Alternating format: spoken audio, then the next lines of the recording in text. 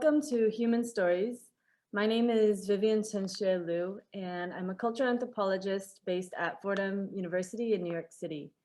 So today I want to tell you about my research about how transnational migration and commerce is transforming places of origin. So we're all really familiar with immigration narratives across the world of people moving from one country to another, whether because of political crisis or the need to search for work and make a life elsewhere.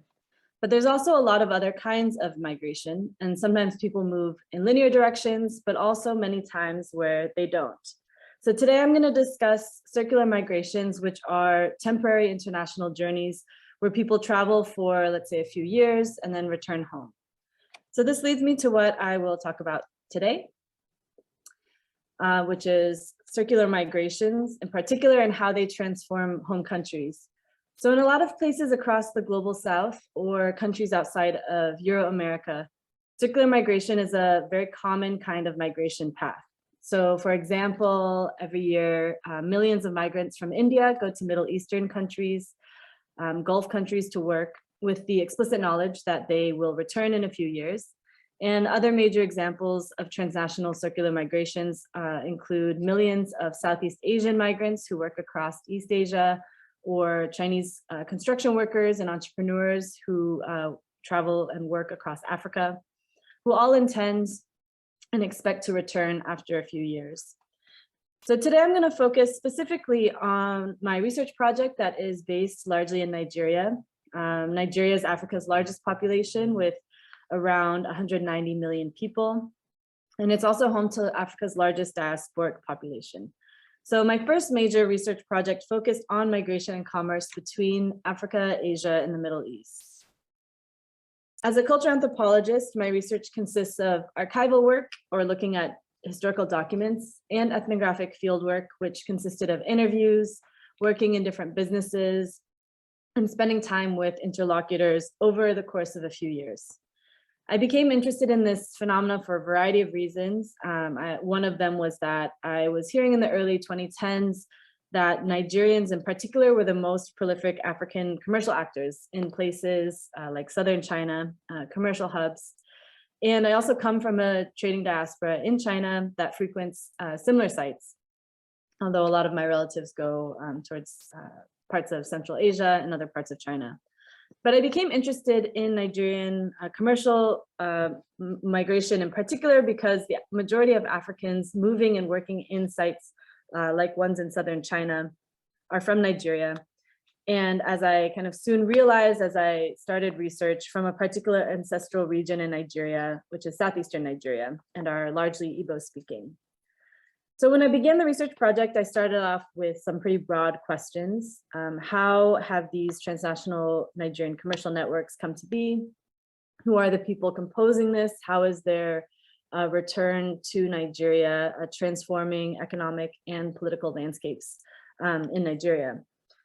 So there's definitely more permanent trajectories of migration, both towards Nigeria and away from Nigeria. But today I focus on circular migrations, particularly to global south destinations. So here are just two examples or scenes that were common in places where Nigerians frequent in the global south. So one is just an example of a Nigerian grocery store in Dubai, where a lot of transnationally mobile Nigerian business people could be found. And this is another, on the right-hand side, just an office of a logistics company in Lagos that you can see is oriented towards Asia and the Middle East. And so, again, just for a quick background, Nigeria is, again, Africa's largest population. It's located on the West African coast. It's one of the largest remittance receiving countries globally after countries like Mexico, the Philippines, China, and India. And Nigeria's government has even established a formal diaspora commission, which is trying to formalize diasporic economic political connections. Other countries like India have also formed, things like the Ministry of Overseas Indian Affairs, and other African countries like Ghana, Sierra Leone, and Liberia have also recently intensified official efforts to financialize and govern diasporic populations.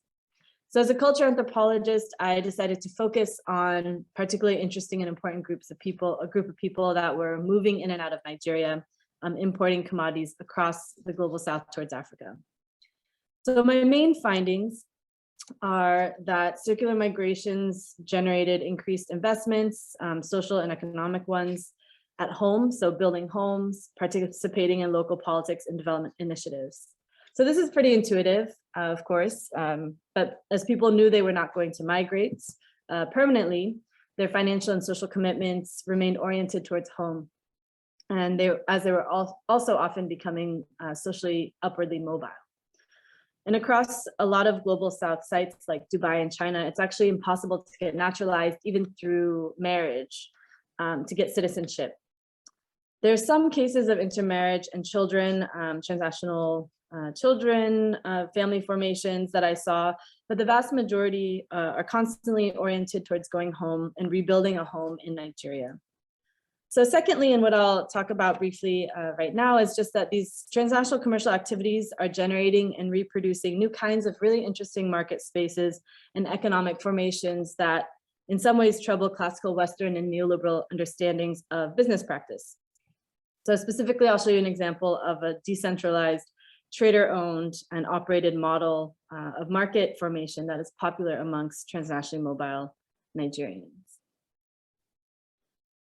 So just take the case of this place, which is a vast market complex in Lagos, Nigeria, called Trade Fair, and it's home to an estimated 60,000 traders and is one of Lagos's largest commercial areas. It's a major site of imported commodities as they come from across the global south to West Africa. It has been completely financed, constructed, owned, and managed by different trader organizations in Lagos over the past few decades. And what you're looking at are different concentric circles with different plazas around them. Each one of the plazas was collectively financed, constructed, and co-owned by collectives of around 50 traders. So commerce in Nigeria is really interesting. It's very decentralized. Unlike many other countries, there's no dominant foreign or corporate retailers, and only an estimated 2% of Nigerian retail passes through corporate channels. And commerce actually has been an extremely significant site of contestation in Nigerian and colonial and post-colonial history. So this is just an image from my archival work. So post-colonial countries have long debated tactics that try and re-envision what economics might look like and how to get capital to circulate domestically in the wakes of colonialism. So one example of this is that in the African context, indigenizing capitalism, or in some Nigerianizing, depending on, of course, which country you're in, was an explicit feature of many post-colonial projects in the 1970s and 80s.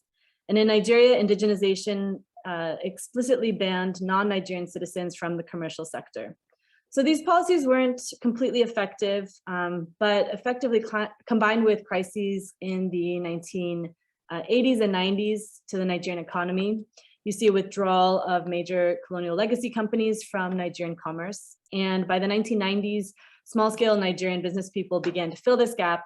And by the 2010s, you see this trend reflected in that most international airlines operating out of Lagos were based in and faced towards the global south.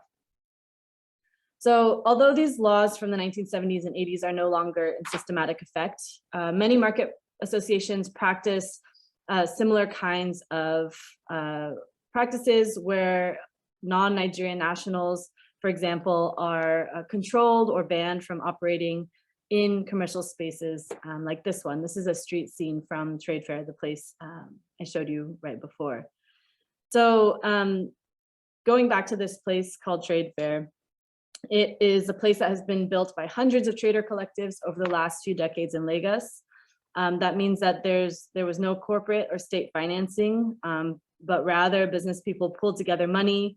They oversaw the construction of these different plazas in coordination with other trader organizations, and they operate and maintain these structures through collective governance between them. They're very strongly controlled by these associations who are often actively defensive against non-Black foreign business people in particular. And so I'll just point out really quickly two ways in which these spaces are highly regulated. First, state police cannot enter these spaces. They are instead fully operated by market associations and their security forces. And they determine who can transact in this space and how. And this importantly includes the fact that non-Black foreigners are not allowed to own shop spaces or rent them on their own. Sometimes they also restrict the hours of operations that non-Nigerian actors can operate.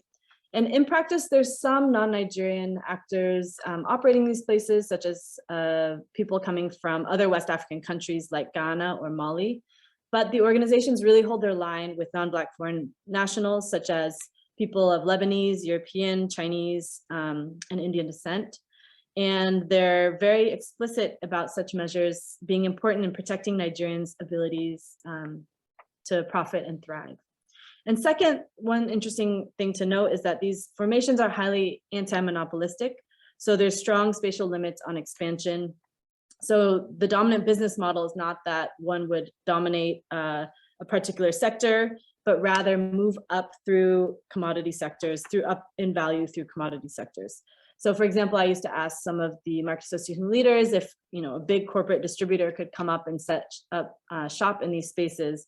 And they replied that such actors were not allowed to have larger offices and their activities would be highly limited if it was seen to affect traders too negatively. So just very last point, what this kind of tells us about people today. This shows us there's a whole range of potential economic formations and organizations along transnational commodity chains. And so examples like this one of highly decentralized market formations that are actively protective against non-Black foreign actors really highlight how market spaces are political spaces of livelihood. Second, profit and commerce are not simply questions of mathematics, but in fact, socially constructed and reshaped according to national politics and geopolitical dynamics. So markets aren't simply sites of transaction, but they're ideological spaces of livelihood making. And then lastly, just that there's a need to think beyond linear immigration models and instead seriously grapple with circular trajectories in diasporic worlds. So the vast majority of African migration now occurs between countries on the African continent and towards Asia rather than the West. And visa regimes across the global South are more accessible to non-Western travelers, but long-term mobility is severely limited. So South-South mobilities are increasing, but not permanent migration necessarily. And so these mobilities don't necessarily mean that national identity loses meaning or importance, but rather these increased mobilities often increase the stakes and importance of the meanings of national citizenship and heighten the political consciousness at home. So thank you very much for watching. Here are the credits for the presentation. And thank you. Peace and light to you and yours. So I sometimes do this and do that.